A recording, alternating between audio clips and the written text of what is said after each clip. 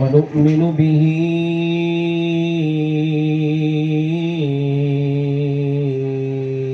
ونتوكل عليه ونعوذ بالله من شرور أنفسنا ومن سيئات أعمالنا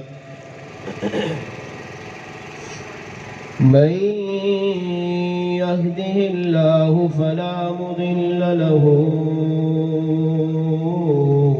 ومن يضلله فلا هادي له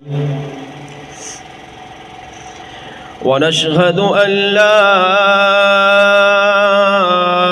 إله إلا الله وحده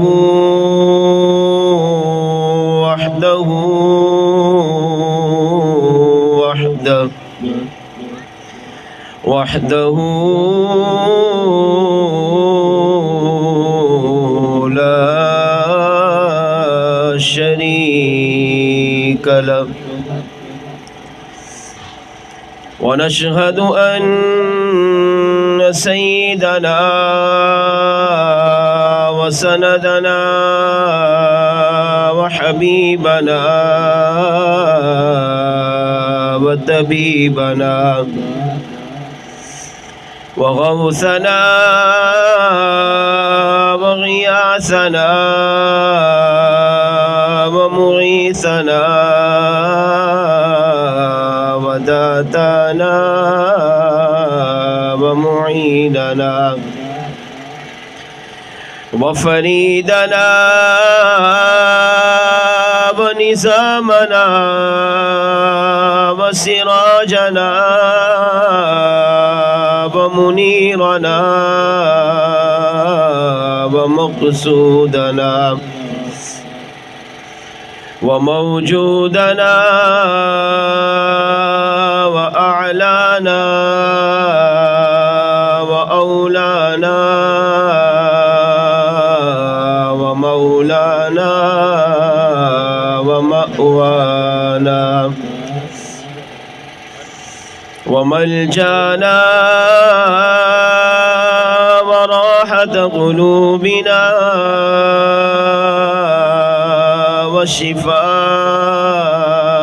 وشفاء صدورنا ونور أعيننا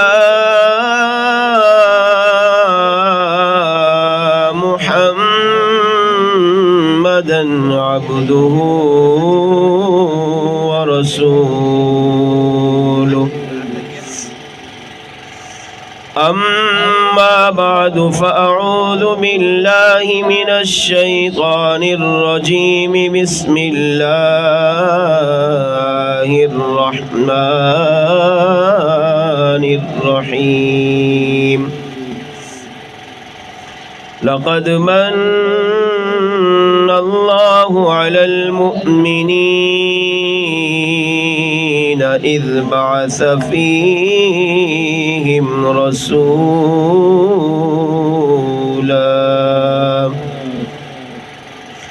آمنت بالله وصدق الله مولانا العظيم وصدق رسوله النبي الكريم الأمين ونحن على ذلك لمن الشاهدين والشاكرين والحمد لله رب العالمين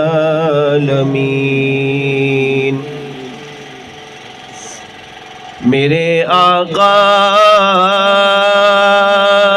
کی ولادت پر ہوئے سب کو عطا بیٹے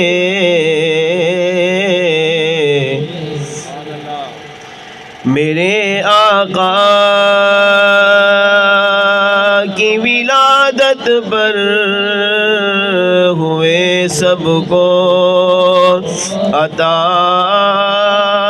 بیٹے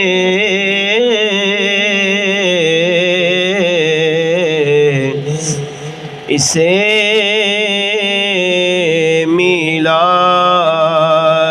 کہتے ہیں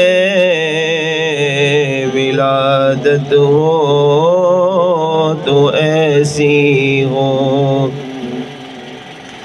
آمد مصطفیٰ ہوئی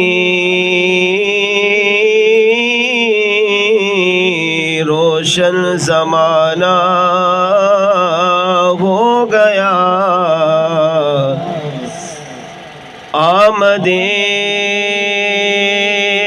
مصطفیٰ ہوئی کفر روانہ ہو گیا،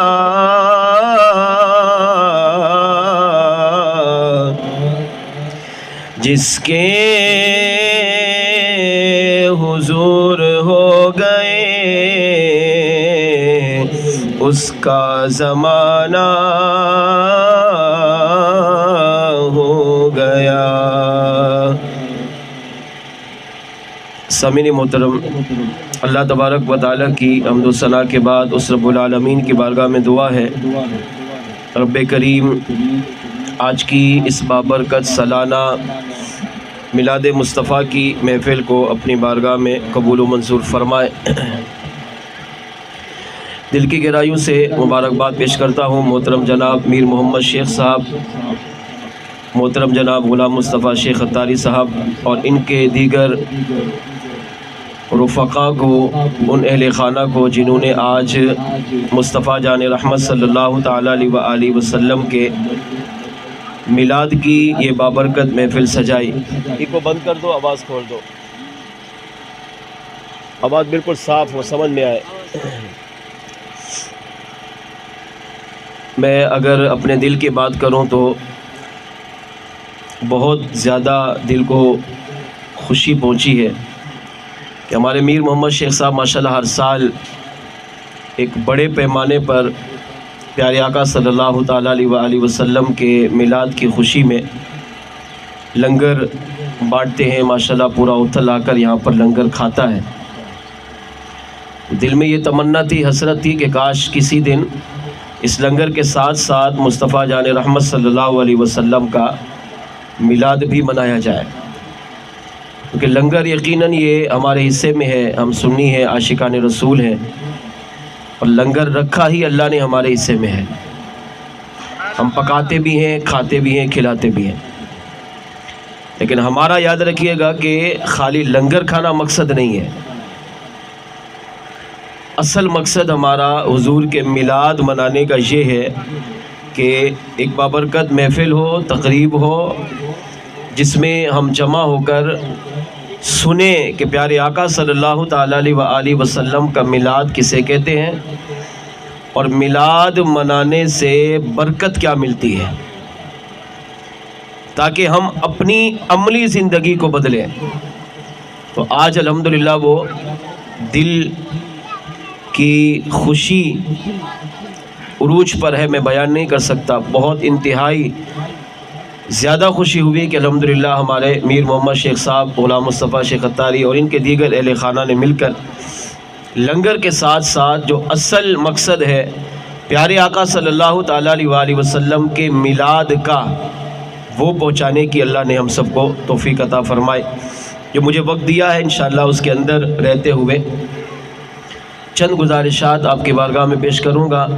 میں چاہوں گا انتہائی توجہ کے ساتھ، محبت کے ساتھ، عقیدت کے ساتھ اس مختصر گفتگو کو سنیں گے، اور کوئی بات سمجھ میں آ گئی اور اس پر ہم نے عمل کر لیا تو انشاءاللہ دنیا بھی سنورے گی، قبر و آخرت بھی سنورے گی۔ اصلاح، میری کوشش ہوتی ہے کہ بیان کے اندر اصلاح کی طرف زیادہ توجہ دی جائے، کیونکہ آج ہمارے ہاں جو کمزوری ہے وہ اصلاح کی ہے، عمل کی طرف ہم بہت پیچھے جا رہے ہیں۔ عقیدہ الحمدللہ ہمارا مضبوط ہے، اللہ کا فضل و کرم ہے کہ ہم اہل سنت و جماعت والے بے ادب نہیں ہیں، گستاخ نہیں ہیں، اور کسی کی بے ادبی، کسی کی گستاخی نہیں کرتے، کسی کی شان کو نہیں گھٹاتے، کسی کی شان کو بلا وجہ نہیں بڑھاتے، لیکن عمل کے اندر ہماری بہت بڑی کوتاہی ہے۔ تو اگر آپ توجہ سے سنیں گے تو انشاءاللہ عقیدے بھی بہت مضبوط ہوں گے، اور اللہ نے چاہا تو عمل کرنے کا جذبہ بھی نصیب ہوگا۔ آئیے سب سے پہلے نبی رحمت، شفیع امت، شمع بزم ہدایت، مالک جنت، سراپہ رحمت صلی اللہ تعالیٰ علیہ وآلہ وسلم پر درود پاک کے حوالے سے ایک روایت عرض کرتا ہوں۔ شیخ عبدالحق محدث دہلوی رحمۃ اللہ تعالیٰ علیہ فرماتے ہیں، میلاد کا مہینہ مصطفیٰ جان رحمت صلی اللہ تعالیٰ علیہ وآلہ وسلم پر درود پڑھنے کا مہینہ ہے۔ لہٰذا مسلمان کو چاہیے کہ اگر وہ 11 مہینے حضور پر درود نہیں پڑھتا تھا تو کم از کم میلاد میں حضور پر درود پڑھے۔ درود پڑھنے سے کیا ملتا ہے؟ میلاد کی محفل میں آنے سے کیا ملتا ہے؟ میلاد میں آنے والے کو اللہ تعالیٰ کیا کیا برکتیں دیتا ہے، اس پر چند باتیں انتہائی توجہ سے سنیے۔ ساری کائنات کے مالک، وارث، میرے اور آپ کے آقا امام الانبیاء محمد رسول اللہ صلی اللہ تعالیٰ علیہ وآلہ وسلم کی ذات وہ عظیم ذات ہے کہ اگر حضور کا امتی، حضور کا غلام، حضور کا عاشق اپنے نبی سے سچی محبت کرے، اپنے نبی سے سچا پیار کرے اور اپنی زندگی حضور کی محبت میں، حضور کی عقیدت میں، حضور کے پیار میں گزار دے تو اللہ کریم اس سچی محبت، اس سچی عقیدت اور اس سچے پیار کی وجہ سے اس کی دنیا، قبر و آخرت کو روشن فرما دیتا ہے۔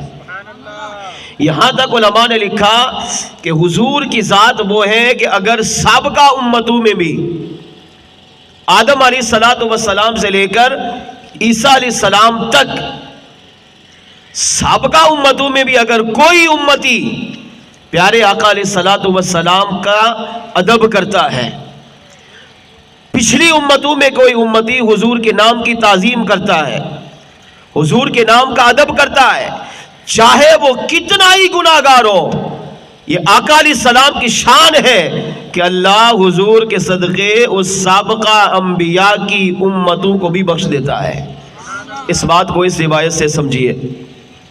حدیث اور سیرت کی تقریباً 20 مستند کتابوں میں یہ روایت موجود ہے۔ سیرت حلبیہ میں، خصائص الکبریٰ میں یہ روایت موجود ہے، جس کا میں مفہوم عرض کرتا ہوں۔ اللہ کے نبی سیدنا موسیٰ علیہ السلام کا ایک امتی تھا، عمر 200 سال پائی، ہماری عمریں 60 سے 70 اور ان کی عمریں، سابقہ امتوں کی عمریں ہزاروں سال ہوتی تھی۔ 200 سال تک اللہ کی نافرمانی کی۔ سنیں میلاد کیا ہوتا ہے، میلاد کی برکت کیا ہوتی ہے۔ میلاد کا اگر ادب کریں گے، میلاد کی اہمیت کو سمجھیں گے تو اللہ کیا کیا دے گا۔ 200 سال تک رب کی نافرمانی کرتا رہا۔ ہماری زندگی کا بھی جائزہ لیں، میں اور آپ زندگی کیسے گزار رہے ہیں۔ اللہ کی نافرمانی کر کے اللہ سے اعلان جنگ کرتا رہا، نہ نماز کی پرواہ، نہ روزے کی پرواہ، نہ تورات شریف کی تلاوت کی پرواہ، نہ اپنے نبی پر درود کی پرواہ، نہ کوئی اور نیک اعمال۔ اتنا بڑا بدبخت تھا، اتنا بڑا گناہگار تھا، علماء نے لکھا کہ لوگ اس کے شر سے بچنے کی دعا کرتے تھے، اے اللہ اس کی شر سے ہمیں بچا۔ اتنا بڑا مجرم ہے، اتنی بڑی نافرمانی کرتا ہے، کہیں ایسا نہ ہو کہ اس پر عذاب آئے اور اس کی وجہ سے ہم بھی عذاب کی لپیٹ میں آ جائیں۔ المختصر محدثین نے لکھا کہ اس کا انتقال ہو گیا۔ جب وہ مرا تو لوگوں نے اس کی لاش کو گھسیٹ کر ایک کچرا کوڑی کے ڈھیر پہ ڈال دیا۔ اس میں میرے اور آپ کے لیے بھی بہت بڑا پیغام ہے۔ میں اور آپ غور کریں، ہم زندگی کیسی گزار رہے ہیں۔ کہ ہماری زندگی ایسی ہے کہ اگر یہیں بیٹھے بیٹھے اچانک ہمارا انتقال ہو جائے تو پچھلے لوگ ہمیں اچھے لفظوں میں یاد کریں اور ہمارے لیے ہاتھ اٹھا کر دعا مانگیں، یا ہماری زندگی ایسی ہے کہ اگر ہم میں سے کسی کا اچانک انتقال ہو جائے تو پچھلے زندہ کہیں اچھا ہوا، مر گیا، جان چھوٹی۔ تو اپنی زندگی کو ایسا بنائیے کہ آپ دنیا سے جائیں تو لوگ آپ کے پیچھے آپ کی تعریف کریں، آپ کو اچھے لفظوں میں یاد کریں، آپ کے لیے آنسو بہائیں، آپ کے لیے غم کا اظہار کریں، آپ کے لیے اللہ کی بارگاہ میں ہاتھ اٹھا کر مانگیں، دعا مانگیں، آپ کے لیے بخشش مانگیں، آپ کے لیے قبر کے عذاب سے نجات مانگیں، تب جا کر آپ سمجھیں کہ آپ دنیا کی زندگی اچھی گزار کر گئے۔ اب اس کا انتقال ہوا تو لوگوں نے اس کے لیے دعائیں نہیں کی، بلکہ اس کے مرنے پر لوگوں نے خوشی کا اظہار کیا، اور خوشی کا اظہار اسی کے مرنے پر کیا جاتا ہے کہ جو دنیا میں رہ کر لوگوں کو اتنا ستاتا ہو، اتنا تنگ کرتا ہو کہ لوگ اس سے بیزار ہو۔ اب جب یہ مرا، اب کتنا بڑا مجرم ہوگا آپ سمجھ گئے کہ جس کے مرنے پر لوگوں نے خوشی کا اظہار کیا اور اس کی لاش کو گھسیٹا اور کچرا کوڑی کے ڈھیر پہ ڈال دیا۔ اللہ کے نبی سیدنا موسیٰ علیہ السلام کو میرے کریم رب نے وہی بھیجی، پیغام بھیجا، فرمایا پیارے کلیم اٹھیے، فلاں کچرے کے ڈھیر کی طرف جائیے، وہاں میرا ایک محبوب لیٹا ہے، اسے اٹھا کر لائیے، اس کو غسل دیجئے، کفن پہنائیے اور اس کی نماز جنازہ پڑھ کر اسے قبر میں اتار دیجئے۔ اللہ کے نبی موسیٰ علیہ السلام فوراً اٹھے، اپنے حواریوں کو ساتھ لیا، اس نشانی پر بتائی ہوئی جگہ پر کچرا کوڑی کے ڈھیر کی طرف تشریف لے گئے۔ اب وہاں جا کر دیکھا تو ایک نوجوان کی لاش پڑی ہے، عمر 200 سال سے بھی زیادہ۔ آپ نے اپنے حواریوں سے کہا اس کی لاش کو اٹھاؤ، حواریوں نے اس کو اٹھایا، گھر لائے، اپنے مبارک ہاتھوں سے غسل دیا، کفن پہنایا، اس کی نماز جنازہ ادا کرنے کے لیے موسیٰ علیہ السلام اسے ایک بہت بڑے میدان کی طرف لے کر آئے۔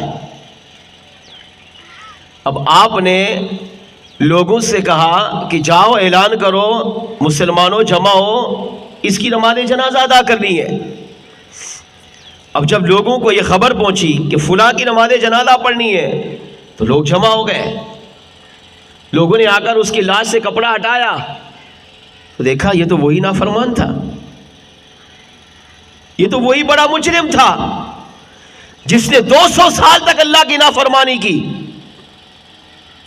اللہ کی نافرمانی کر کے اللہ سے اعلان جنگ کرتا رہا۔ تو لوگوں نے اللہ کے نبی موسیٰ علیہ السلام کی بارگاہ میں عرض کیا، پیارے موسیٰ یہ تو اللہ کا نافرمان ہے، یہ تو اللہ کا بہت بڑا مجرم ہے، اس نے 200 سال تک اللہ سے اعلان جنگ کیا ہے، ہم نے تو اس کے مرنے پر جشن منایا، خوشی کا اظہار کیا ہے، اور اس سے نفرت کرتے ہوئے اس کی لاش کو گھسیٹ کر اس کچرا کوڑی میں ہم نے ڈالا۔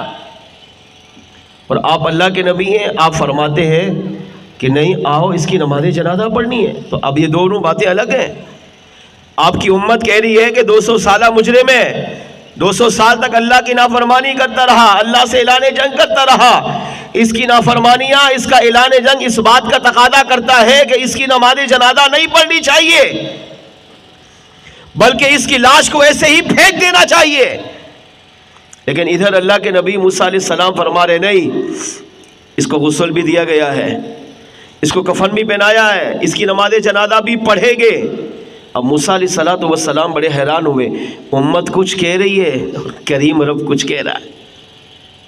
تو امت جانتی تھی کہ نبی بغیر کسی وجہ کے کوئی بھی بات نہیں کرتا، نبی جو کرتا ہے، نبی جو کہتا ہے وہ حق اور سچ ہوتا ہے، نبی اپنی مرضی سے کوئی بھی کلام نہیں کرتا۔ اور موسیٰ علیہ السلام تو ہے ہی کلیم اللہ، جب چاہتے اپنے رب سے کلام کرتے تھے۔ تو آپ نے کہا ہوا کذالک، وہ اسی طرح ہے، آپ جو کہہ رہے ہو وہ اسی طرح ہے۔ تو اللہ کریم نے پھر وہی بھیجی کہ موسیٰ علیہ السلام پریشان ہوئے کہ امت کہہ رہی ہے یہ بہت بڑا مجرم ہے، یہ بہت بڑا شرابی ہے، زانی ہے، بدکار ہے، فاسق ہے، فاجر ہے، اللہ کا نافرمان ہے، موسیٰ علیہ السلام کا نافرمان ہے، اپنے نبی کا نافرمان، رب کا نافرمان ہے، امت بھی کہہ رہی ہے۔ تو آپ نے فرمایا ہوا کذالک، جس طرح تم کہہ رہے ہو وہ واقعی اسی طرح ہی ہے۔ لیکن میں جو کہہ رہا ہوں وہ بھی ٹھیک ہے، اس کی نماز جنازہ پڑھو۔ اب لوگوں کا دل نہیں مائل ہو رہا تھا کہ ہم اس کی نماز جنازہ کیسے پڑھیں۔ پیارے کریم رب نے موسیٰ علیہ السلام کی طرف وحی بھیجی، فرمایا پیارے کلیم اللہ اپنی امت میں اعلان کرے خالی اس کی جو نماز جنازہ پڑھے گا، ان نماز جنازہ پڑھنے والوں میں اگر کوئی بڑا مجرم ہوگا تو میں اس کی بھی بخشش فرما دوں گا۔ تم تو اس کی نماز جنازہ کے بارے میں سوچ رہے ہو کہ اس کی نماز جنازہ پڑھے یا نہ پڑھے۔ فرمایا پیارے کریم اللہ امت کو بتائیے کہ اگرچہ یہ تمہاری نظر میں بہت بڑا مجرم ہے، مگر کریم رب کی بارگاہ میں یہ اللہ کا محبوب بن چکا ہے۔ اور کتنا بڑا محبوب بنا، فرمایا اس کی نماز جنازہ جو پڑھے گا پیارے کلیم اللہ میں نے اسے بھی بخش دیا ہے، اور اس کی جو نماز جنازہ ادا کرے گا میں کریم رب اس کی بھی بخشش فرما دوں گا۔ اللہ کے نبی موسیٰ علیہ السلام اپنے جب یہ پیغام امت کو سنایا تو اب علماء عوام کا ایک جمع غفیر جمع ہو گیا۔ ہزاروں لوگوں نے مل کر، اللہ کی طرف سے پیغام تھا، ہزاروں لوگوں نے مل کر اس کی نماز جنازہ ادا کی، بڑی شان و شوکت کے ساتھ اسے قبرستان میں دفن کیا۔ اللہ کے نبی موسیٰ علیہ السلام واپس آئے تو اب کچھ لوگ آپ کی بارگاہ میں جمع ہوئے۔ عرض کیا پیارے کلیم اللہ ہم اعتراض تو نہیں کرتے، لیکن ہمیں یہ راز تو بتائیں، حکمت کیا ہے، راز کیا ہے، اصل وجہ کیا ہے، کیا وجہ تھی کہ اتنے بڑے مجرم کو اللہ نے بخش دیا۔ دیکھیں اللہ بے نیاز ہے، اس کو ہماری عبادتوں کی کوئی حاجت نہیں ہے۔ ہم عبادت نہ بھی کریں، اس کی فرما برداری نہ بھی کریں، ہمارے رب کی ذات میں کوئی فرق نہیں آتا۔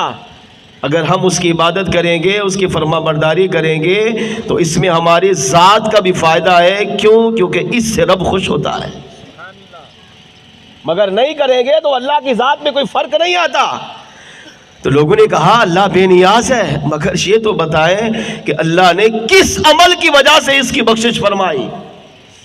تو پیارے موسیٰ علیہ السلام نے اللہ کی بارگاہ کی طرف لو لگائی اور اللہ کی بارگاہ میں عرض کیا اے اللہ اس کا راز تو بتا۔ امت کہتی ہے یہ 200 سالہ مجرم ہے، نافرمان ہے، زانی شرابی ہے، فاسق و فاجر ہے، بدکار ہے، لوگ اس سے پریشان تھے، تکلیف میں تھے، مصیبت میں تھے، اس کے مرنے پر لوگوں نے خوشی کا اظہار کیا، مگر تو کہتا ہے یہ میرا محبوب ہے، تو کہتا ہے یہ میرا مقبول ہے، تو نے اس کی بخشش بھی کر دی، اس کی نماز جنازہ پڑھنے والوں کی بھی بخشش فرمائی۔ اے اللہ آخر وہ عمل، وہ راز وہ تو بتا جس کی وجہ سے اس پر اتنی بڑی کرم نوازی کی۔ تو اللہ کریم نے موسیٰ علیہ السلام کو وہ راز بتایا، اور وہ راز پیارے موسیٰ علیہ السلام نے امت کو بتایا اور امت کے علماء نے ہمیں بتایا۔ اب وہ راز دل سے سنیے اور اپنے امتی ہونے پر ناز کر کے اپنی زندگی حضور کی محبت و پیار میں گزاری ہے۔ اللہ کے نبی موسیٰ علیہ السلام امت کے پاس تشریف لائے، جب رب کی طرف سے پیغام ملا تو امت کے پاس آئے۔ اب امت سے آپ نے کلام کرتے ہوئے فرمایا ہوا کذالک، میری امت تم جو کہتے ہو وہ ٹھیک ہے، یہ گناہگار تھا، فاسق تھا، شرابی تھا، زانی تھا، بدکار تھا، اس کے اندر ہر برائی تھی، یہ 200 سال تک اللہ کی نافرمانی کرتا رہا، یہ ساری باتیں اپنی جگہ پر درست ہیں، مگر اللہ نے جس عمل کی وجہ سے اس کی بخشش فرمائی وہ عمل بھی چھوٹا نہیں تھا۔ آپ نے فرمایا میری امت یہ اگرچہ مجرم تھا مگر اس کے اندر ایک نیک عمل کی عادت بہت اچھی تھی، ایک نیک عمل اس کے اندر اچھا تھا، اور اس ایک نیک عمل کی وجہ سے اللہ کریم نے اس کے 200 سالہ گناہوں کو معاف فرما کے اس کی بخشش و مغفرت فرما دی ہے۔ اب وہ نیک عمل کیا تھا؟ آپ نے اپنی امت سے خطاب کرتے ہوئے فرمایا اس کا نیک عمل یہ تھا جب یہ شراب پیتا اور شراب کے اندر بالکل مست ہو جاتا، پاگل ہو جاتا، شراب کے اندر اس پر نشہ چلتا، تو آپ فرماتے ہیں میری امت یہ اپنے گھر پر آتا اور اپنے گھر پر آ کر یہ تورات کو اٹھاتا،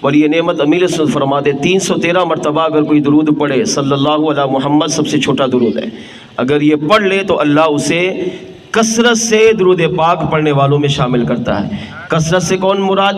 کثرت سے مراد وہ لوگ ہیں جو صبح و شام یعنی جن کے 24 گھنٹے حضور پر درود پڑھتے ہوئے گزرتے ہیں۔ تو میں اور آپ 24 گھنٹے نہیں پڑھ سکتے، 10 منٹ تو پڑھ سکتے ہیں۔ صلی اللہ علیہ محمد پڑھنے میں 10 منٹ لگیں گے، تو اپنی زندگی کا یہ حصہ بنائیے، عادت بنائیے، معمول بنائیے کہ کم از کم 24 گھنٹوں میں 10 منٹ حضور کے لیے نکالیے اور اپنے آقا علیہ الصلوۃ والسلام پر یوں درود و سلام پڑھیے۔ پھر دیکھیں اللہ رزق میں، کاروبار میں، جان میں، مال میں، اولاد میں، بیوی بچوں میں، اسی طرح آپ کی عزت میں، آپ کی شہرت میں اللہ کتنی برکتیں عطا فرماتا ہے۔ آئیے مل کر محبت و عقیدت کے ساتھ بارگاہ رسالت میں درود پاک کا نذرانہ پیش کیجیے۔ الصلاۃ والسلام علیک یا سیدی یا رسول اللہ، الصلاۃ والسلام علیک یا سیدی یا حبیب اللہ، الصلاۃ والسلام علیک یا سیدی یا رحمتا للعالمین وعلی آلک واصحابک یا سیدی یا خاتم النبیین۔ مل کے بابا سے بلند کوئی لب خاموش نہ رہے۔ صلی اللہ علیک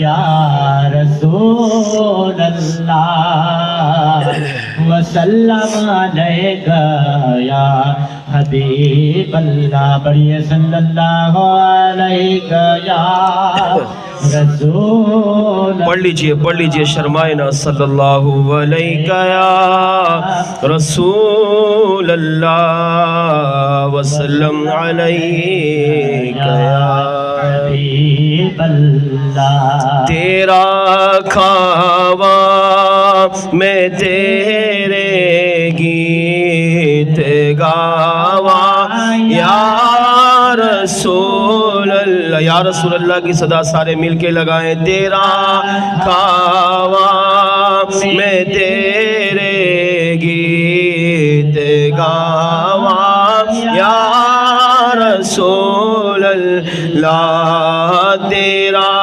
میلاد میں کیوں نہ مناوا یا رسول اللہ، تیرا میلاد میں کیوں نہ مناوا یا رسول اللہ۔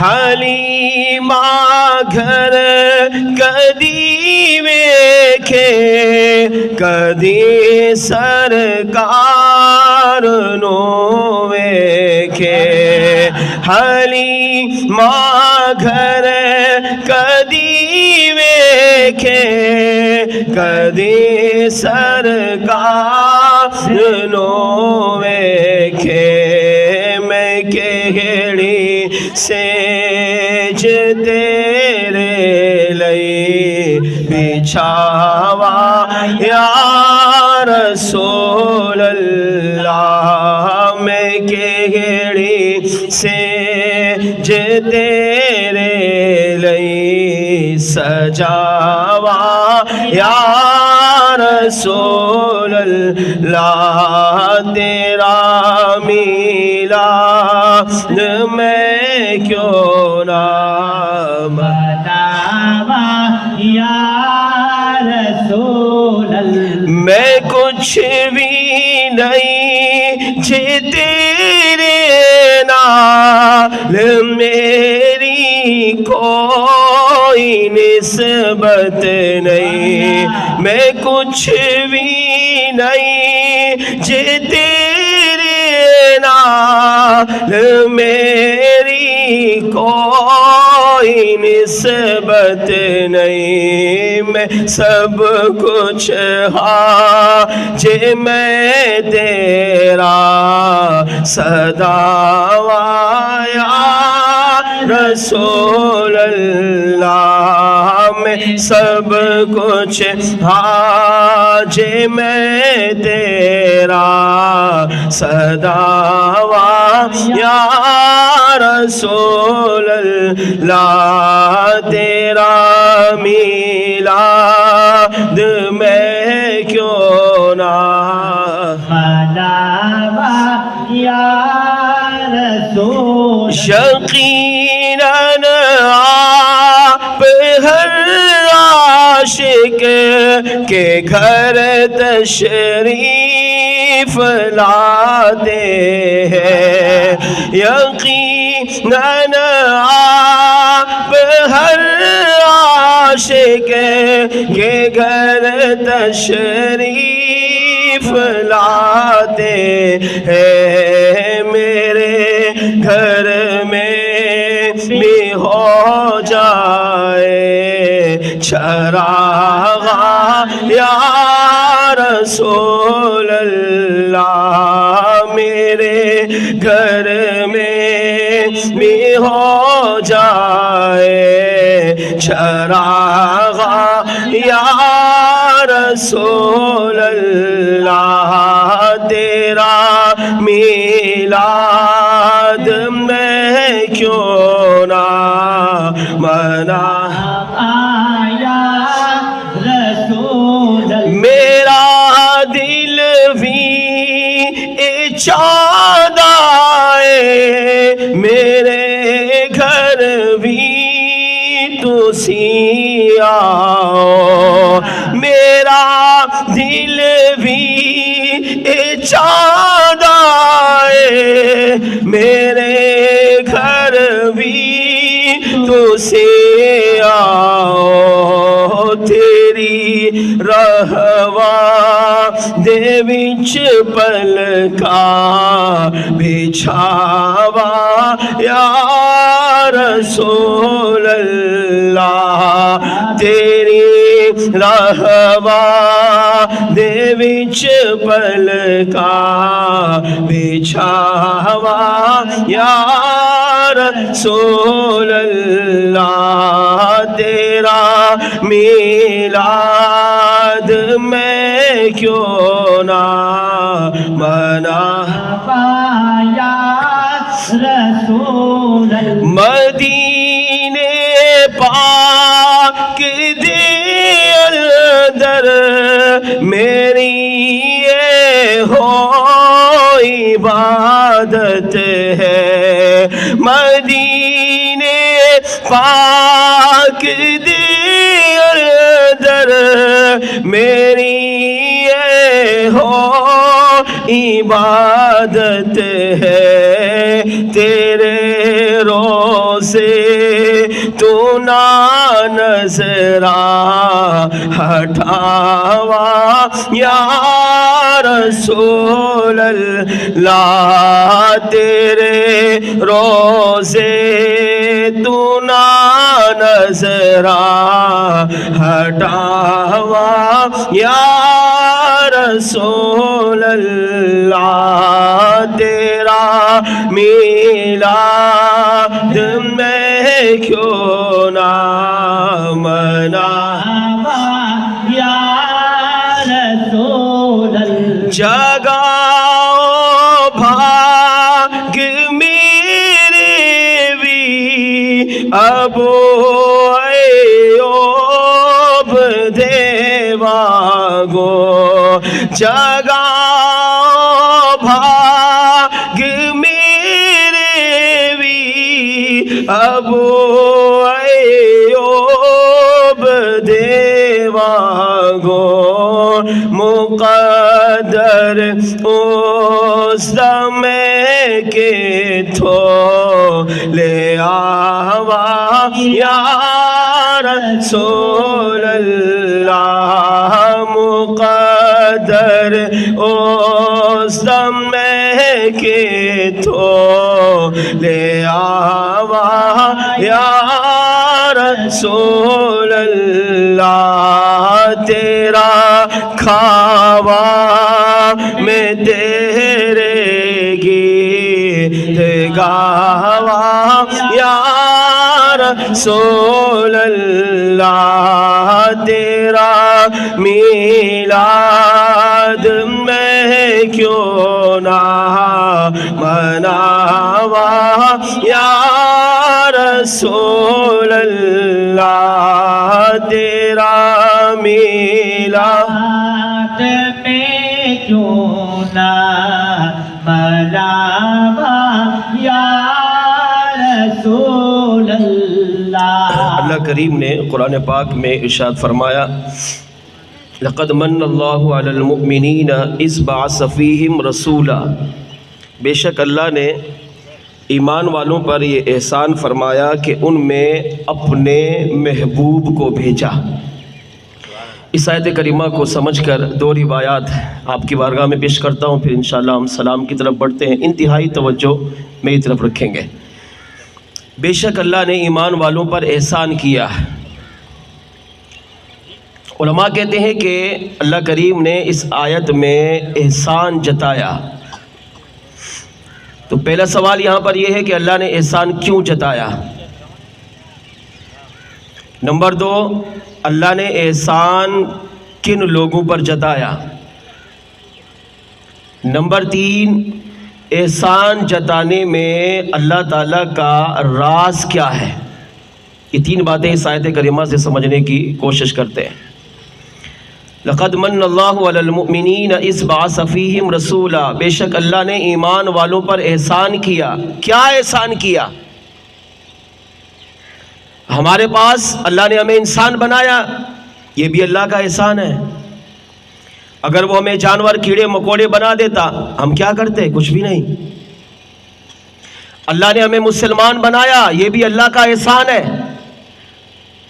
اللہ نے ہمیں مومن بنایا، یہ بھی اللہ کا احسان ہے۔ اللہ نے ہمیں عاشق رسول بنایا، یہ بھی اللہ کا احسان ہے۔ اللہ نے ہمیں حضور کی امت میں پیدا کیا، یہ بھی اللہ کا احسان ہے۔ اللہ نے ہمیں مسلمان کے گھر پیدا کیا، یہ بھی اللہ کا احسان ہے۔ اللہ نے ہمیں بے ادبی گستاخی سے بچایا، یہ بھی اللہ کا احسان ہے۔ اللہ نے ہمیں اپنی محبت عطا کی، اپنے اچھے عقائد عطا کیے، اپنی ذات کو جاننے والا پہچاننے والا بنایا، یہ بھی اللہ کا احسان ہے۔ اللہ نے ہمارے دلوں میں انبیاء کی محبت، صحابہ کی محبت، اہل بیت کی محبت، اولیاء کی محبت، علماء کی محبت، شہداء کی محبت، نیک لوگوں کی محبت کرنے والا بنایا، یہ بھی اللہ کا احسان ہے۔ اللہ نے ہمیں نماز پڑھنے کی توفیق دی، روزہ رکھنے کی توفیق دی، زکوٰۃ دینے کی توفیق دی، حج عمرہ کرنے کی توفیق دی، میلاد منانے کی توفیق دی، یہ بھی اللہ کا احسان ہے۔ لنگر پکا کر لوگوں کو لنگر کھلانے کی توفیق دی، یہ بھی اللہ کا احسان ہے۔ مختصر یہ کہ دنیا میں آپ کو اللہ نے کوئی بھی عزت دی، نعمت دی، شہرت دی، مال دیا، دولت دی، کوئی مرتبہ دیا، کوئی عہدہ دیا، یہ بھی اللہ کا احسان ہے۔ لیکن کسی بھی نعمت پر میرے اور آپ کے رب نے احسان نہیں جتایا۔ ہم سر سے لے کر پاؤں تک اگر وجود پہ نظر ڈالیں تو ہمارا سارا وجود اگرچہ گناہوں سے آلودہ ہے، مگر سارا وجود اللہ کے انعامات سے بھرا ہوا ہے۔ اگر یہ آنکھیں اللہ پیچھے لگا دیتا، آپ بتائیں میں اور آپ کیا کرتے؟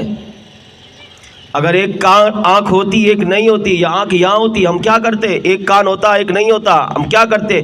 کان ہیں مگر سننے کی طاقت نہ ہوتی ہم کیا کرتے؟ آنکھیں ہیں مگر دیکھنے کی طاقت نہ ہوتی ہم کیا کرتے؟ زبان ہے مگر ہم گنگے ہوتے، بولنے کی طاقت نہ ہوتی ہم کیا کرتے؟ ایک ہاتھ لنجا ہوتا، ایک ہاتھ ٹھیک ہوتا ہم کیا کرتے؟ ایک ٹانگ معذور ہوتی، ایک ٹانگ صحیح ہوتی ہم کیا کرتے؟ سارے وجود پہ نظر ڈالیں تو سر سے پاؤں تک انسان کا سارا وجود ہی رب کی نعمتوں سے بھرا ہوا ہے۔ اگر اللہ بہت ٹھگنا بنا دیتا ہم کیا کرتے؟ بہت لمبا بنا دیتا جس سے لوگ ہمارا مذاق اڑاتے ہم کیا کرتے؟ کچھ بھی نہیں کر سکتے۔ لیکن اللہ نے اتنی نعمتیں دی، سارا وجود نعمتوں سے بھرا ہے، مگر کسی بھی نعمت پر احسان نہیں جتایا۔ کیوں؟ کیا یہ اللہ کی نعمتیں نہیں؟ نعمتیں ہیں مگر احسان نہیں جتایا۔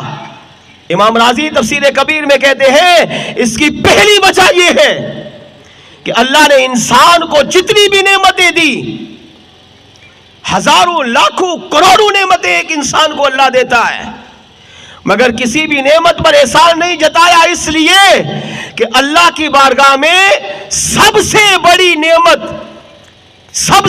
نعمت کی اہمیت جو اللہ کی بارگاہ میں ہے، وہ سب سے بڑی نعمت میرے اور آپ کے آقا محمد رسول اللہ صلی اللہ علیہ وسلم کی ذات مبارکہ ہے۔ سبحان اللہ۔ انسان کو ہزاروں نعمتیں دی، مگر یہ نہیں کہا میرے بندے میں نے احسان کیا رب ہو کر کہ تجھے ان ہزاروں نعمتوں سے مالا مال کیا، لیکن جب اپنے محبوب اس بعث فیہم رسولا، جب اپنے محبوب کو 12 ربیع الاول کی پیر کی مبارک سہانی گھڑی میں جب حضور کو دنیا میں بھیجا تو اللہ نے فرمایا میرے بندو میں نے تم پر احسان کیا ہے کہ کوئی بھی اپنا محبوب کسی دوسرے کو نہیں دیتا، مگر میں کریم رب ہوں کہ میں نے سب سے پہلے اپنے محبوب علیہ السلام سے محبت کی، میں نے حضور کو پیدا کیا اور میں نے اپنا لاڈلا محبوب اے میرے بندو میں نے تم میں بھیج کر حضور کا میلاد منایا ہے۔ سبحان اللہ۔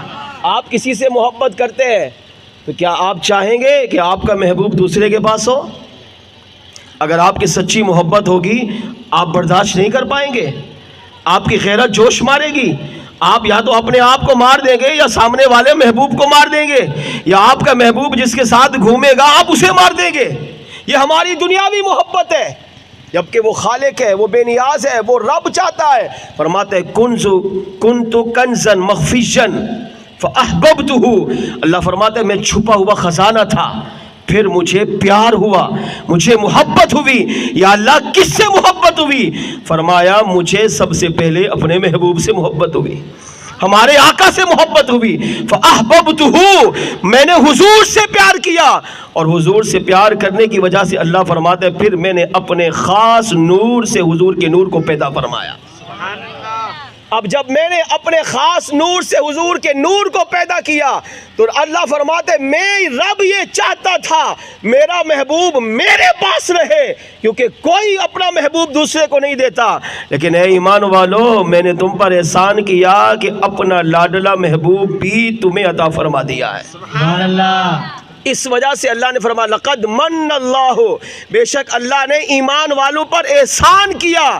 احسان اس لیے جتایا کہ انسان کی ساری ہزاروں نعمتیں ایک طرف گئے، لیکن مسلمان کے پاس سب سے بڑی نعمت حضور کی محبت ہے، حضور کی ذات ہے، حضور کا پیار ہے، حضور کا عشق ہے، تو اللہ نے اس وجہ سے ایمان والوں پر احسان جتایا۔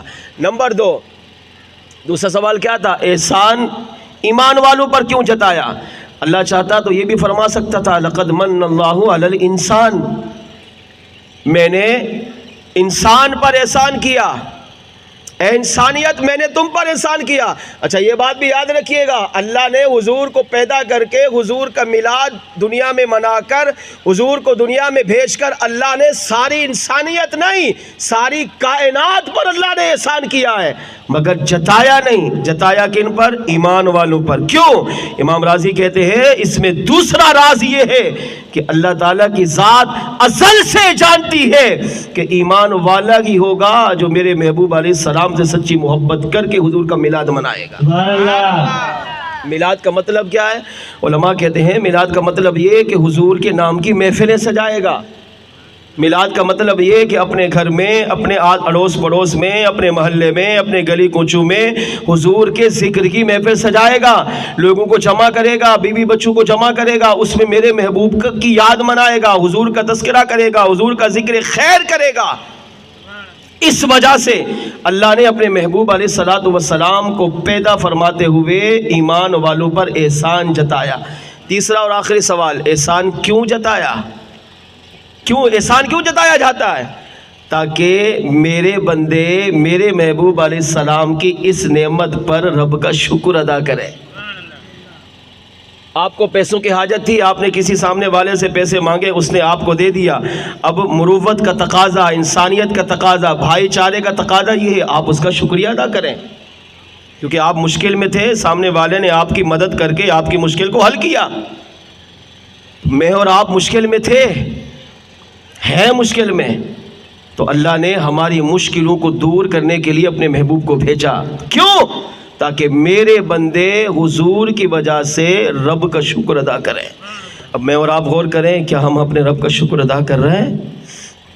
صحابہ نے رب کا شکر ادا کیا، اولیاء نے شکر ادا کیا، اہل بیت نے کیا۔ 1400 سالہ تاریخ پڑھ کے دیکھیں، ہر دور کی ہر امت نے، ہر مسلمانوں نے، عاشقان رسول نے رب کا شکر ادا کیا۔ کس بات پر؟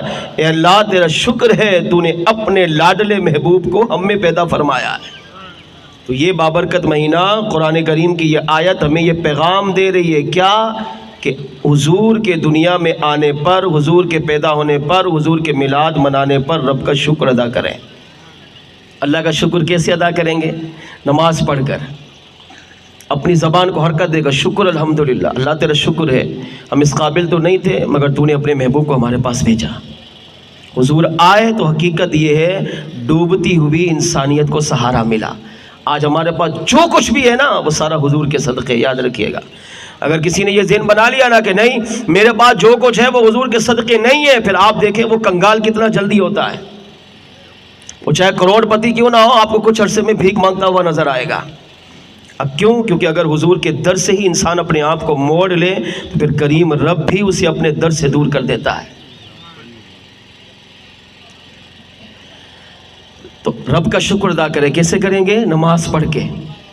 کیسے کریں گے؟ داڑھی رکھ کر۔ کیسے کریں گے؟ حضور کی سنتوں کو اپنا کر۔ یہ لنگر جو ہم کھانے آئے نا، یہ جو میلاد کی محفل سجائی ہے، اس کا مقصد یہ ہے کہ لنگر بھی کھائیں، لنگر بھی کھلائیں، پیٹ بھی بھریں، میر محمد صاحب کو دعائیں بھی دیں، اور ساتھ ساتھ میلاد کے مقصد کو بھی سمجھیں۔ میلاد کا مقصد کیا؟ اپنے آقا کی سیرت کو سن کر اپنے آپ پر نافذ کریں۔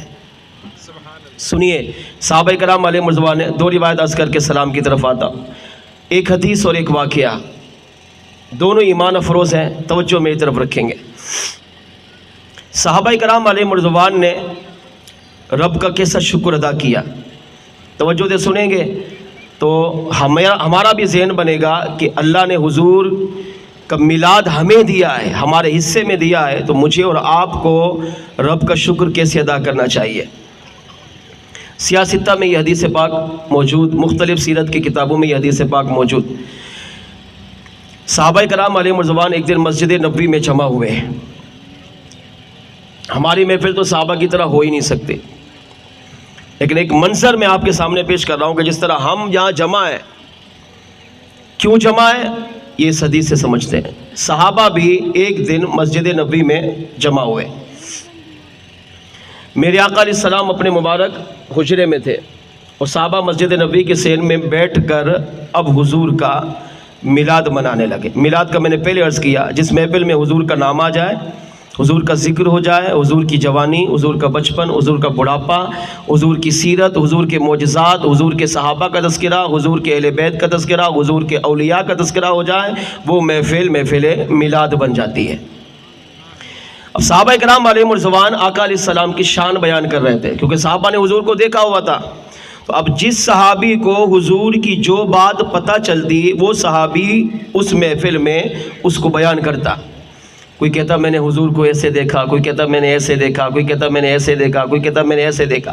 حضور کا ذکر خیر کرتے رہے، یوں میں اپنے الفاظ میں کہوں حضور کا میلاد مناتے رہے۔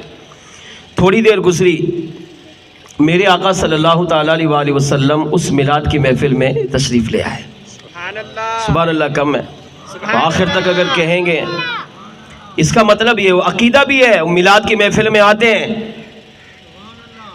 مگر میلاد کی محفل میں ہم تو سبحان اللہ بھی نہیں کہہ رہے نا، تو ایسی محفل میں نہیں آتے، اس محفل میں آتے ہیں جس محفل میں ذوق شوق ہو، وجد ہو، کیفیت ہو، محبت سے مسلمان کا دل ڈوب رہا ہو اور آنکھوں سے مصطفیٰ جان رحمت کی آمد کی خوشی میں آنسو جاری ہو۔ سبحان اللہ۔ اس محفل میں میرے آقا آتے۔ اب دیکھیں، صحابہ نے مسجد نبوی میں حضور کے ذکر کی محفل سجائی، ہر صحابی نے جو بھی شان دیکھی اس کو بیان کیا، اور تھوڑی دیر گزری تو میرے آقا اس میلاد کی محفل میں بنفس نفیس تشریف لے آئے۔ اب جب صحابہ نے حضور کو دیکھا کہ حضور میلاد کی محفل میں آئے تو صحابہ خاموش ہو گئے۔ ہم کسی کا تذکرہ کر رہے ہوں اور اچانک وہ شخصیت آ جائے، ظاہر بات ہے ایک دم سکتہ طاری ہو جائے گا۔ اب ہم خاموش ہو جائیں، کیوں؟ ادب کی وجہ سے۔ اب میرے آقا علیہ السلام نے آتے ہی صحابہ سے سوال کیا، صحابہ کھڑے ہو گئے، تعظیم کی، سرکار بیٹھے، صحابہ بیٹھ گئے، آقا علیہ السلام نے آتے ہی سوال کیا، یہی سوال میں آپ سے بھی کر رہا ہوں۔ آقا علیہ السلام نے فرمایا ما اجلسکم، صحابہ تم نے کس چیز نے یہاں پر بٹھایا ہے؟ یہ سوال میں آپ سے کروں، آپ کو کس چیز نے یہاں پر بٹھایا؟ حضور کے میلاد نے۔ صحابہ کا ذہن دیکھے کیسا تھا، وہی ذہن انشاءاللہ ہم اپنائیں گے جو صحابہ کا تھا۔ ما اجلسکم، صحابہ کس چیز نے تمہیں یہاں پر بٹھایا؟ کیوں بیٹھے ہو مسجد نبوی میں؟ یہاں پر جمع ہونے کا مقصد کیا ہے؟ ہر محفل میلاد کا یہی مقصد ہوتا ہے، اور یہ مقصد ہم نے 15ویں صدی میں شروع نہیں کیا، یہی مقصد ہمیں صحابہ نے عطا کیا ہے۔ اب صحابہ نے حضور کو کیا جواب دیا؟ عرض کیا یا رسول اللہ صلی اللہ علیہ وسلم جلسنا، ہم اس لیے بیٹھے ہیں نحمد اللہ، تاکہ ہم اللہ کی حمد کریں، وَنَذْكُرُهُ، اور ہم اللہ کا ذکر کریں، وَنَشْكُرُهُ، اور ہم اللہ کا شکر ادا کریں۔ کتنی چیزیں بیان کی؟ 3۔ پہلی یا رسول اللہ جلسنا، ہم اس لیے بیٹھے ہیں، ہمارے بیٹھنے کے 3 مقصد ہیں۔ پہلا مقصد اللہ کی حمد و ثنا بیان کرنا، کیا محفل میں اللہ کی حمد و ثنا بیان نہیں ہوتی؟ دوسری چیز نذکرہ، اللہ کا ذکر کرنا، کیا محفل میں رب کا ذکر نہیں ہوتا؟ تیسری چیز اللہ کا شکر ادا کرنا، کیا محفل میلاد میں رب کا شکر نہیں ہوتا؟ تینوں چیزیں ہوتی ہیں۔ اب اگلا سوال کہ یہ اللہ کی حمد، اللہ کا ذکر، اللہ کا شکر کس بات پر کر رہے ہو؟ یہ سمجھنے والی چیز ہے۔ اب صحابہ نے حضور کی بارگاہ میں جو جواب عرض کیا وہ دل سے سنیے۔ عرض کیا یا رسول اللہ صلی اللہ علیہ وسلم ہم نحمد اللہ، اللہ کی حمد کر رہے ہیں، نذکرہ، اللہ کا ذکر کر رہے ہیں، وَنَشْكُرُهُ، اللہ کا شکر ادا کر رہے ہیں۔ کس بات پر؟ عَلَى مَا هَدَانَا الْإِسْلَامِ، کہ اللہ نے ہمیں آپ کے صدقے دین اسلام کی ہدایت عطا فرمائی ہے۔ سبحان اللہ، سرکار کی اور اس سے بھی بڑا جملہ سنو، علماء نے لکھا، صحابہ نے حضور کی بارگاہ میں عرض کیا وَمَنَّ عَلَيْنَا بِكَ، یا رسول اللہ ہم یہاں پر اس لیے بیٹھے ہیں کہ اللہ نے آپ جیسا پیارا محبوب ہمارے اندر پیدا فرما کر ہم پر جو احسان کیا ہے، ہم اس احسان کا شکر رب کی بارگاہ میں ادا کر رہے ہیں۔ سبحان اللہ۔ ہم بھی میلاد کی محفل میں اس لیے آتے ہیں کیونکہ ہم رب کا شکر ادا کرتے ہیں کہ اے اللہ ہم اس قابل تو نہیں تھے کہ تو ہمیں حضور کی امت میں پیدا کرتا، حضور کو ہمارا نبی بنا کر بھیجا، مگر یہ تیرا احسان ہے، تیرا شکر ہے کہ تو نے اپنے محبوب علیہ الصلوۃ والسلام کو ہم میں پیدا فرما کر ہمیں حضور کا امتی بنا دیا ہے۔ سبحان اللہ۔ 2 باتیں صحابہ نے، اللہ کی حمد کر رہے ہیں، اللہ کا ذکر کر رہے ہیں، اللہ کا شکر کر رہے ہیں۔ کیوں؟ فرمایا 2 مقصد ہیں۔ پہلا مقصد عَلَى مَا هَدَانَا الْإِسْلَامِ، یا رسول اللہ اس لیے کہ اللہ نے آپ کے صدقے ہمیں دین اسلام کی ہدایت عطا کی ہے۔ یا رسول اللہ آپ سے پہلے تو ہم تو رب کو بھی نہیں جانتے تھے اللہ کون ہے، آپ سے پہلے تو ہمیں اپنا ہی پتہ نہیں تھا، انسانیت کھو چکا تھا۔ آپ آئے تو اللہ نے آپ کے صدقے ہمیں کفر سے نکال کر ایمان کا نور عطا فرمایا۔ سبحان اللہ۔ آپ آئے تو اللہ نے ہمیں باطل سے دور کر کے اصل ایمان کی پہچان عطا فرمائی۔ یا رسول اللہ آپ آئے تو آپ نے ڈوبی ہوئی انسانیت کو بچایا، آپ نے آ کر ہمیں بتایا کہ اللہ ایک ہے، وحدہ لا شریک ہے، وہ بے نیاز ہے، نہ اس کی اولاد ہے نہ وہ کسی کا باپ ہے، اس کا کوئی شریک نہیں ہے۔ اگر رب کو دیکھنا چاہتے ہو تو مصطفیٰ کو دیکھ لو، تمہیں رب کے جلوے کی زیارت نصیب ہو جائے گی۔ سبحان اللہ۔ اور دوسری چیز وَمَنَّ عَلَيْنَا بِكَ، یہ بڑا خاص جملہ ہے ان لوگوں کے لیے جو میلاد پر اعتراض کرتے ہیں۔ صحابہ نے عرض کیا یا رسول اللہ ہم اس لیے بیٹھے ہیں کہ اللہ کا شکر ادا کر رہے ہیں کہ اللہ نے آپ جیسا لاڈلا محبوب ہمیں عطا فرمایا، سبحان اللہ۔ یعنی آپ کا میلاد منا رہے ہیں، اللہ نے آپ کی ولادت کی ہے، اس پر رب کا شکر ادا کر رہے ہیں۔ اب حدیث یہاں تک ختم نہیں ہوتی، میرے آقا علیہ السلام نے اب پوچھا، اب اس سے اگلی بات بڑی توجہ سے سنیے۔ آقا علیہ السلام نے پوچھا صحابہ کیا تم قسم اٹھاتے ہو کہ اس لیے بیٹھے تھے؟ اب یہاں پر سوال یہ پیدا ہوا حضور نے قسم کیوں اٹھوائی؟ قسم اٹھانے کے کئی طریقے. قسم اٹھانے کے دو مقصد. ایک مقصد یہ ہوتا ہے قسم اس لیے اٹھائی جاتی ہے کہ سامنے والے کی بات میں آپ کو شک ہو، مقدمہ ہو جائے. سامنے والا آیا، اس نے آپ کے خلاف مقدمہ دائر کیا، گواہ آئے، انہوں نے گواہی دی، اب آپ کو شک ہو گیا نہیں یہ جھوٹ بول رہا ہے، یہ سچا نہیں ہے. تو اب آپ کیا کرتے ہیں؟ قاضی کیا کرتا ہے؟ جج کیا کرتا ہے؟ کہتے ہیں قسم اٹھا. قسم کیوں اٹھوائی؟ کیونکہ آپ کو سامنے والے کی بات پہ شک تھا. جج قسم کیوں اٹھواتا ہے؟ کیونکہ سامنے والے کی بات پہ شک ہوتا ہے. قسم اٹھا تاکہ پتہ چلے کہ تو اپنی بات میں جھوٹا نہیں، سچا ہے. تو اب کیا کوئی سوچ سکتا ہے کہ معاذ اللہ حضور کو صحابہ پہ شک تھا؟ نہیں، ہم سوچ بھی نہیں سکتے. تو امام راضی نے کہا قسم خالی شک کو دور کرنے کے لیے نہیں اٹھائی جاتی، کبھی کبھی قسم کسی بات کو پکا کرتے ہوئے اس کی عظمت، اس کی شان، اس کی فضیلت کو بیان کرنے کے لیے بھی اٹھائی جاتی ہے. جیسے مثال کے طور پر آسان لفظوں میں بولوں، اللہ نے قرآن پاک میں اپنے محبوب کی قسمیں اٹھائیں. نہیں، والضحیٰ، پیارے مصطفیٰ آپ کے چہرے کی قسم. اب یہاں کوئی شک والی بات ہے؟ نہیں، حضور کے چہرے کی عظمت کو بیان کرنے کے لیے. واللیل، پیارے مصطفیٰ آپ کی زلفوں کی قسم. والعمر، پیارے مصطفیٰ آپ کی جوانی کی قسم. والعصر، پیارے مصطفیٰ آپ کے زمانے کی قسم. لا اقسم بہذا البلد وانت حل بہذا البلد، پیارے مصطفیٰ آپ کے مبارک شہر کی قسم. اللہ نے حضور کی قسمیں قرآن میں اٹھائی. کیوں؟ حضور کی عظمت کو ظاہر کرنے کے لیے، حضور کی شان کو بیان کرنے کے لیے.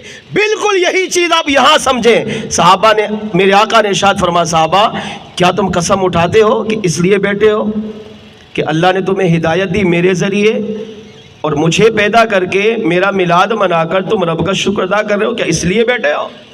تو صحابہ کرام علیہم الرضوان نے قلنا نعم یا رسول اللہ، عرض کیا یا رسول اللہ ہاں ہم قسم اٹھاتے ہیں، قسم اٹھاتے ہیں ہم کہ ہم اس لیے بیٹھے تھے کہ ہم یہاں پر رب کا شکر بھی ادا کریں، اللہ کا ذکر بھی کریں، اللہ کی حمد و ثنا بھی بیان کریں، کیونکہ اللہ نے آپ کے صدقے ہمیں ہدایت دی، آپ کے صدقے ایمان دیا، آپ کے صدقے اسلام دیا ہے، اور اللہ نے آپ جیسے لاڈلے محبوب کو ہم میں پیدا فرما کر اللہ نے ہمیں آپ کا میلاد منانے کی توفیق عطا کی ہے. اب صحابہ نے قسم اٹھائی، حضور نے قسم اٹھوائی تو میرے آقا علیہ الصلوۃ والسلام کا مبارک چہرہ خوشی سے چمک اٹھا، کھل اٹھا. حضور مسکرا پڑے اور مسکراتے ہوئے میرے آقا نے اپنے صحابہ کے سامنے مسجد نبوی کے صحن میں صحابہ کا میلاد منانے پر صحابہ کو جو بشارت دی وہ دل سے سنیے.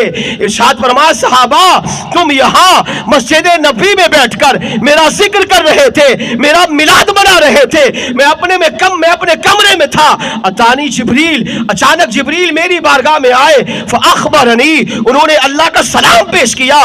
عرض کیا یا رسول اللہ اللہ سلام بھیجتا ہے اور فرماتا ہے یا رسول اللہ مسجد میں جائیے، آپ کے صحابہ رب کی حمد بیان کر رہے ہیں، اللہ کا ذکر کر رہے ہیں، رب کا شکر بھی ادا کر رہے ہیں، اور آپ کے صحابہ مسجد میں بیٹھ کر آپ کا میلاد منا رہے ہیں، آپ کا ذکر کر رہے ہیں.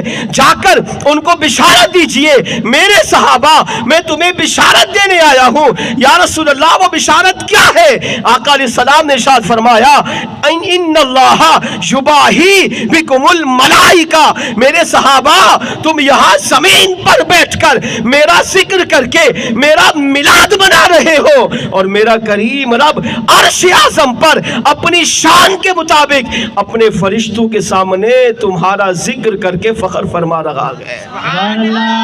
تم یہاں میرا ذکر کر رہے ہو، اللہ عرش اعظم پر اپنی شان کے مطابق تمہارا ذکر کر رہا ہے. تم میرا میلاد منا رہے ہو، میری عظمتیں بیان کر رہے ہو، میری شان بیان کر رہے ہو، اور میرا کریم رب فرشتوں کے سامنے تم پر فخر کر رہا ہے. کیا فخر کر رہا تھا اللہ؟ یہ فخر کر رہا تھا کہ جس مقصد کے لیے میں نے دنیا کو بنایا آج وہ مقصد حضور کے صحابہ حضور کا ذکر کر کے میلاد منا کر پورا کر رہے ہیں. اور یہی چیز الحمدللہ ہم میلاد کی محفل میں کرتے ہیں. اس سے پتہ چلا میرے آقا میلاد کی محفل میں آتے ہیں، شرط یہ ہے حضور کو دل کی آنکھ سے کوئی پکارے،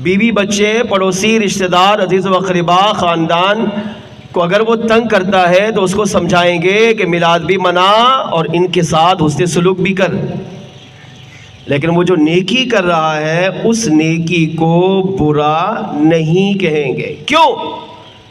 کیونکہ ہو سکتا ہے کہ اس ایک نیکی کی وجہ سے اس کا رب اس سے راضی ہو جائے۔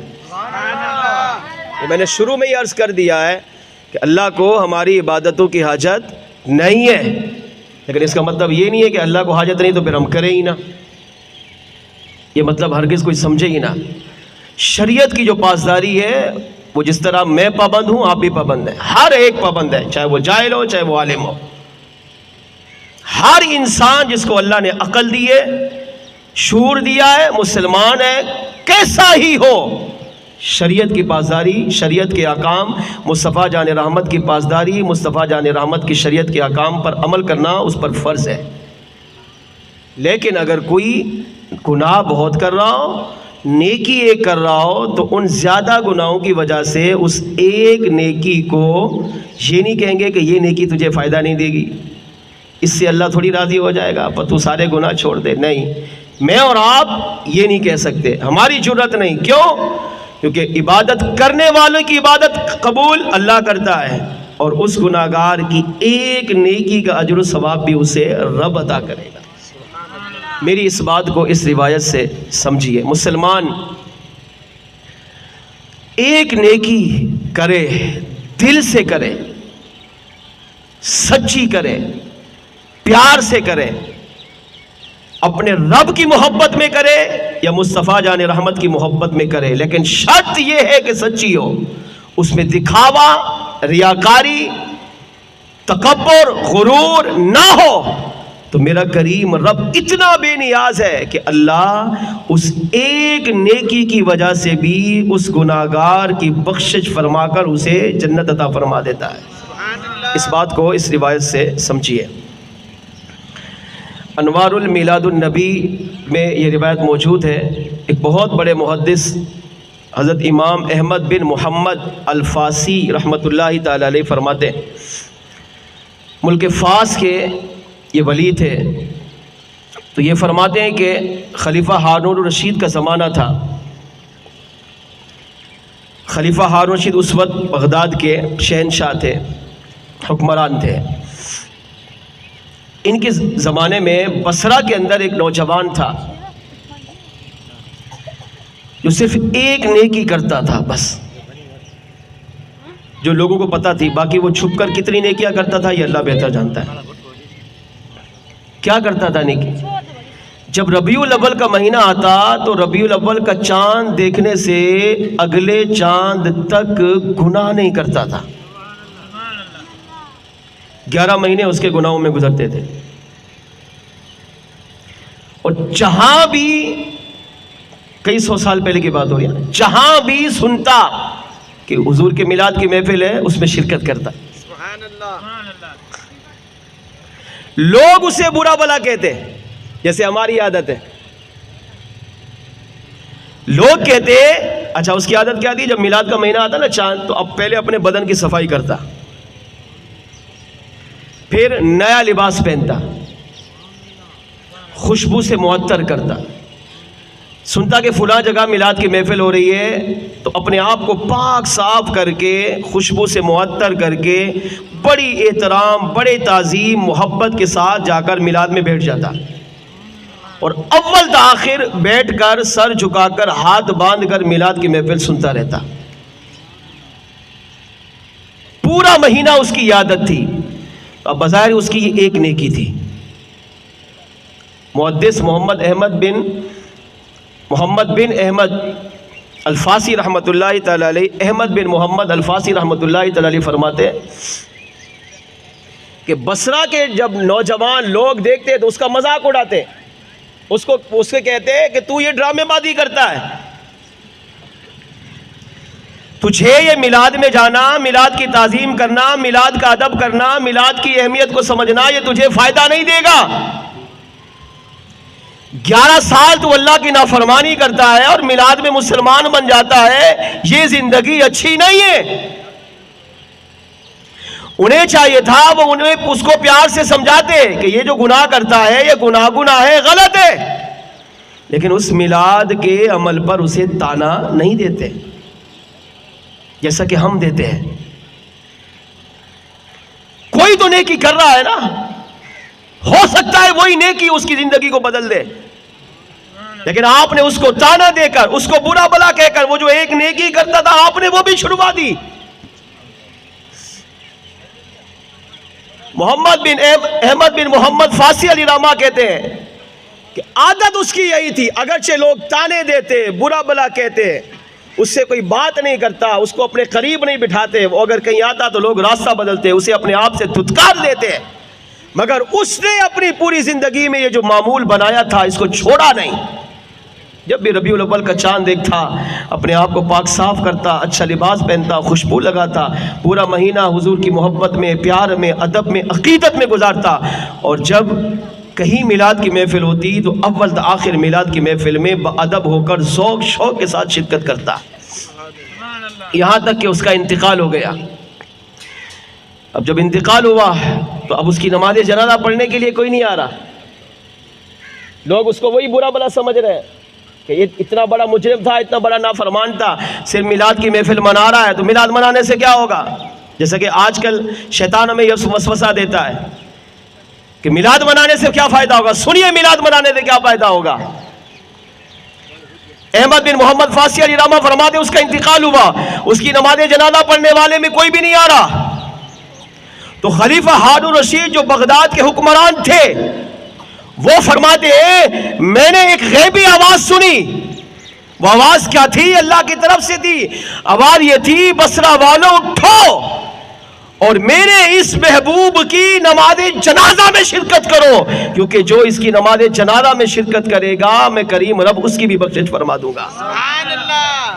اب خلیفہ ہارون الرشید، خواب کی بات نہیں ہو رہی، بیداری کی بات ہے، فرماتے ہیں لاش رکھی ہوئی ہے مگر نماز جنازہ پڑھنے کے لیے کوئی تیار نہیں ہے۔ خلیفہ نے جب یہ بات سنی تو آپ نے پورے ملک کے اندر باقاعدہ اعلان کروایا، پورے بصرہ میں اس کا اعلان کیا گیا کہ میں نے غیبی آواز سنی ہے، جو اس کی نماز جنازہ پڑھے گا وہ بھی بخشا جائے گا۔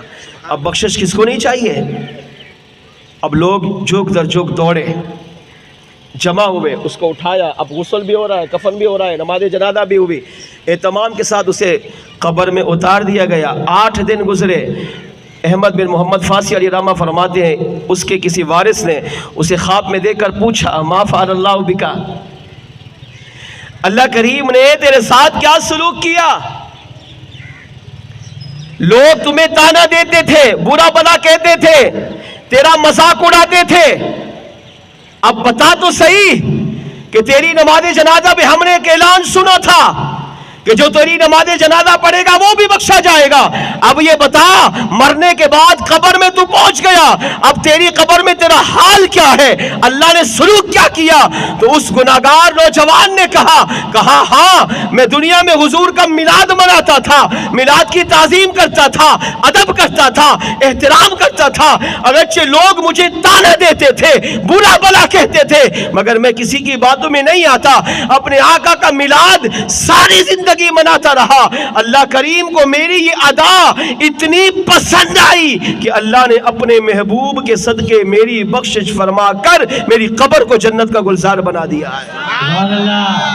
احمد بن محمد فاسی علی رحمہ کہتے ہیں اس سے پتہ چلا اگر مسلمان ایک نیک عمل کر رہا ہو تو دوسروں کو چاہیے وہ اسے اس نیک عمل سے نہ روکیں، ہو سکتا ہے وہی نیکی اس کی نجات کا ذریعہ بن جائے، ہو سکتا ہے وہی نیکی اس کی بخشش کا بہانہ بن جائے، ہو سکتا ہے وہ ایک نیکی اس کی پوری زندگی کو تبدیل کر کے رکھ دے۔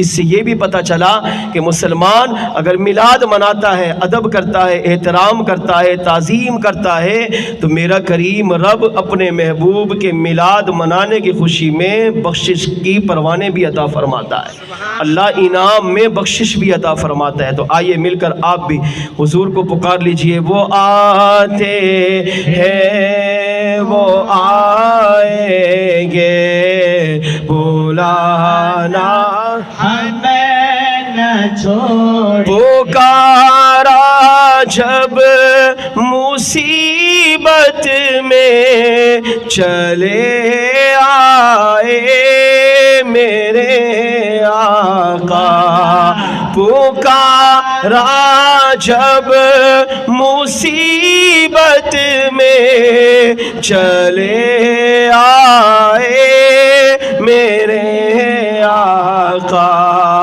وہ آتے ہیں وہ آئیں گے، واللہ وہ آتے ہیں وہ آئیں گے، بلانا ہم نہ چھوڑیں گے، نبی کی نعت کی محفل سجانا ہم نہ چھوڑیں گے، یہ نعرہ یا رسول اللہ لگانا ہم نہ چھوڑیں گے۔ اللہ کریم کی بارگاہ میں دعا ہے، جو کچھ سنا اس پر ہم سب کو عمل کی توفیق عطا فرمائے، وآخر دعوانا ان الحمدللہ رب العالمین۔ دوبارہ دل کی گہرائیوں سے میر محمد شیخ صاحب، غلام مصطفیٰ شیخ اتاری صاحب